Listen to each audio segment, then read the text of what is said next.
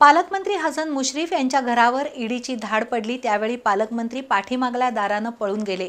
याचाच अर्थ त्यांनी भ्रष्टाचार केल्याचं स्वतःच सिद्ध केलं अशी घणाघाती टीका महाविकास आघाडीचे उमेदवार समरजितसिंह घाटगे यांनी केली। कधी काळी स्कूटरवरून फिरणाऱ्या पालकमंत्र्यांकडे कोट्यावधींची माया कुठून आली असा सवालही त्यांनी उपस्थित केला। कागलमध्ये झालेल्या कोपरा सभेमध्ये ते बोलत होते। महाविकास आघाडीचे उमेदवार समरजितसिंह घाटगे यांच्या प्रचारासाठी कागल शहरातील विक्रमनगर, शाहूनगर, नेताजी सुभाषचंद्र बोस चौक आणि मुजावर गल्ली या ठिकाणी कोपरा सभा झाल्या।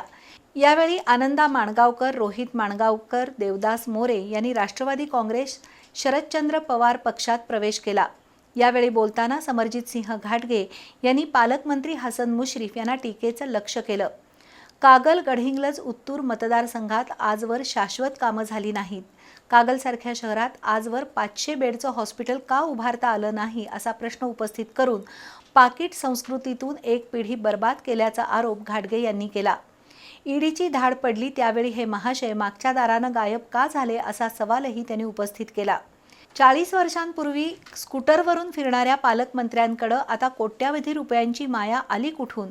तसंच त्यांच्या नातेवाईकांच्या नावावर असलेली हजारो कोटी रुपयांची मालमत्ता कशी निर्माण झाली असे प्रश्न राजेंद्र जाधव यांनी उपस्थित केले।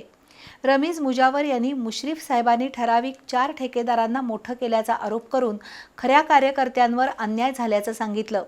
छत्रपती शाहू महाराजांच्या जनक घराण्याचे वंशज असलेले समरजितसिंह घाटगे उच्च शिक्षित आहेत, त्यामुळे शाश्वत विकासासाठी आता त्यांना निवडून देऊया असं आवाहन माजी उपनगराध्यक्ष रमेश माळी यांनी केलं। यावेळी अखिलेश घाटगे, सुरेश कुराडे, शिवानंद माळी, सागर कोंडेकर, हौसाबाई धुळे, दादू गुरव, दगडू चौगुले, दिलीप पाटील, प्रमोद हर्षवर्धन, संकेत भोसले, हिदायत नायकवडी, गजानन माने, विजया निंबाळकर, अभिजित कांबळे यांची भाषणं झाली।